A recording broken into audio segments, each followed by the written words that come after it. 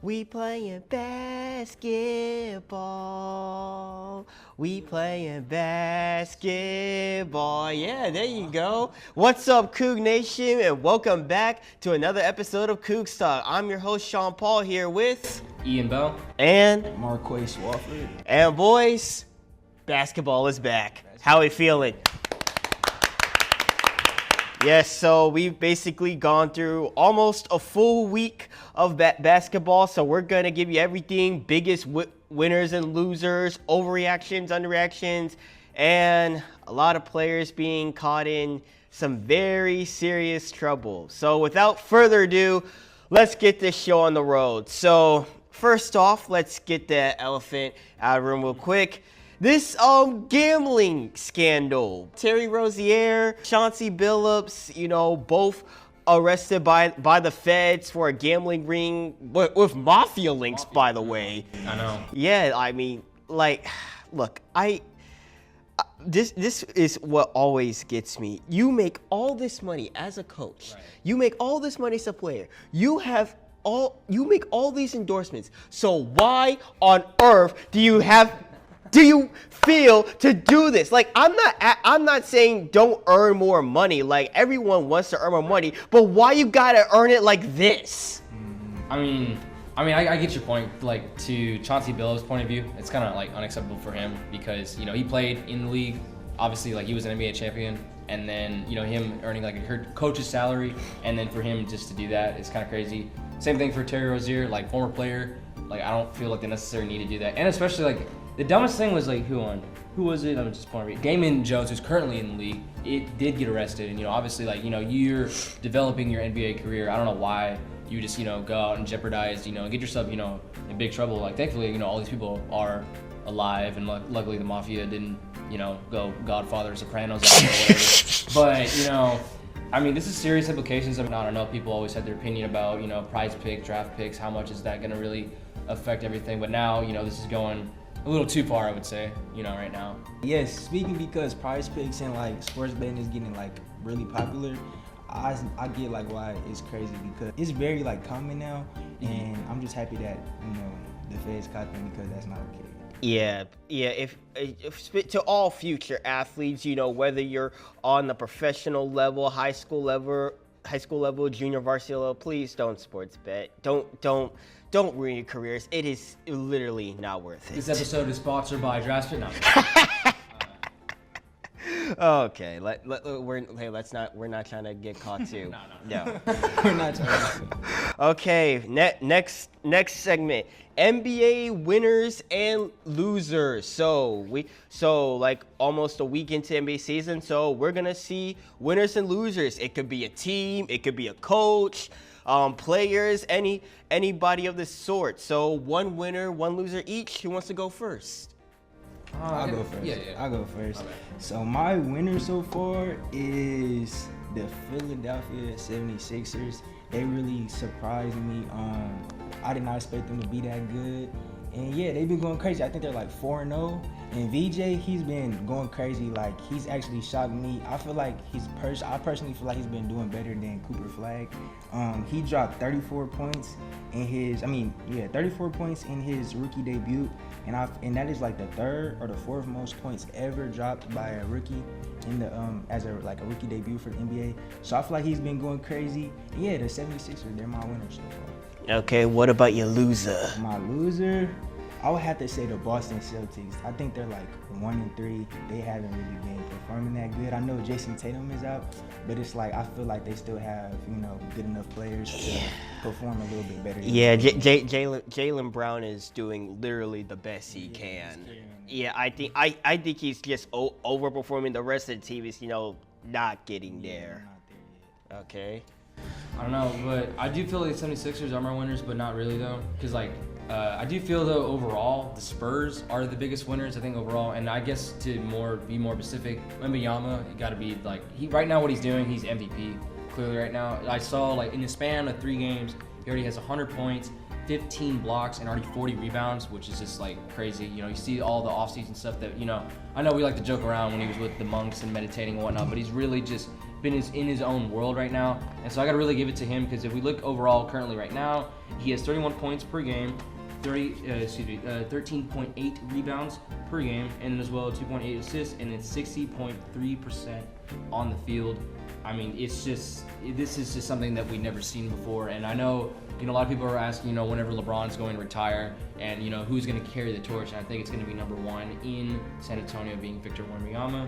And I guess for my biggest losers, I don't know. In a way, I would say the Rockets in a way, and the Knicks in a way, because obviously, a lot of people put a lot of attention on the Rockets, and we almost had, the first game of the season, the way we took in double overtime, only lost by a point, and then as well the game against the Pistons, where it was only a 4-point loss, 115, 111, but we did get our first win, and obviously this is just the beginning of the season, where 1-2 is not terribly bad, where it's not really alarming.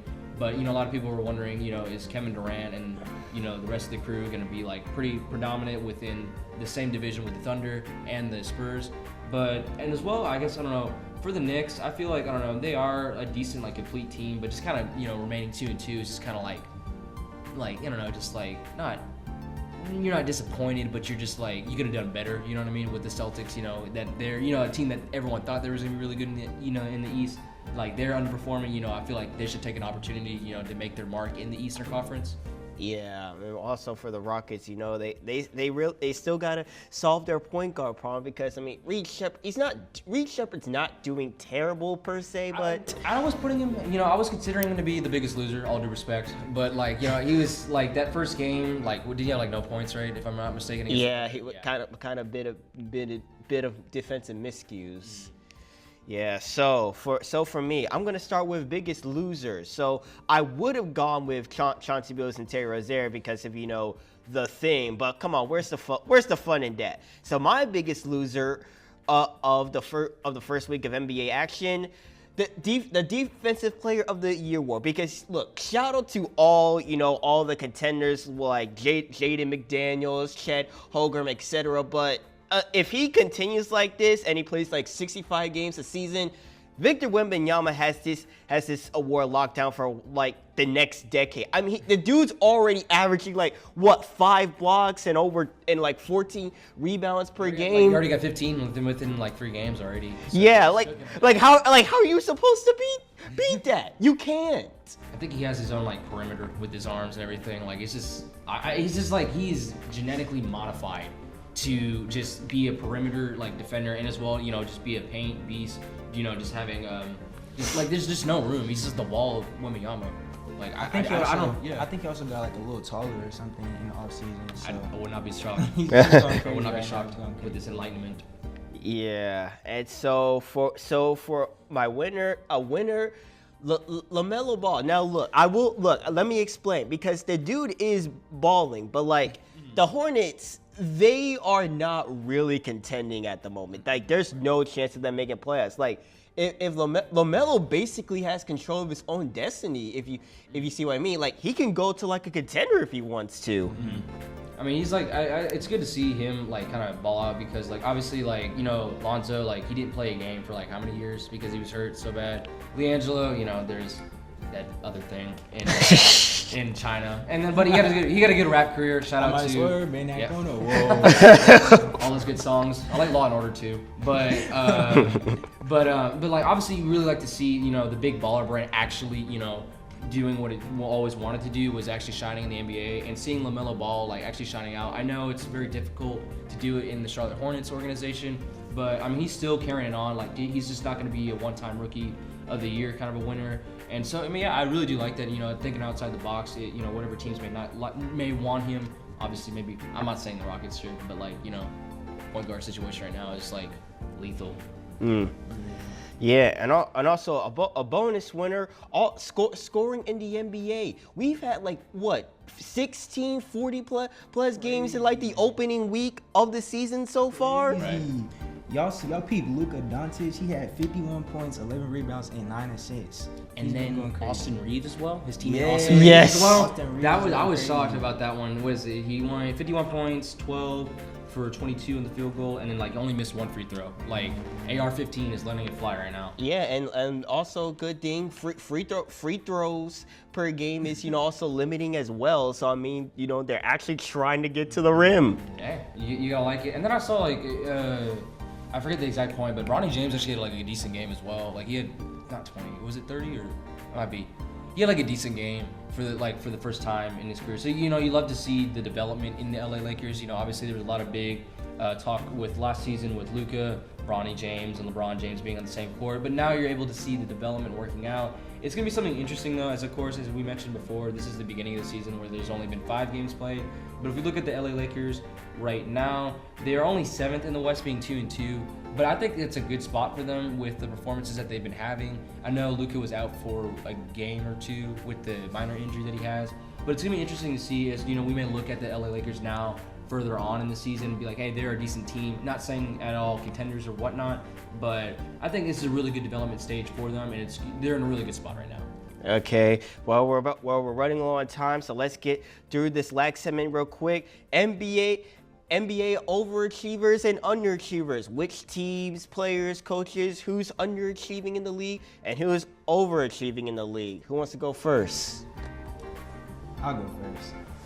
Overachieving to me so far, a player is Stephen Curry. He's like 37 years old. He's getting old. And like I said, I don't think I know, but I'm from California, so my favorite team is the Warriors. So I love me some Golden State. So yeah, for me, Stephen Curry, he went crazy. I think he had like 40 points in one game. So that also points back to like players been scoring crazy. And yeah, I feel like, they've been doing good. I think they just won last night. So yeah, the Warriors for me. Yeah, get a load of this, dude. A Warriors fan. Jeez.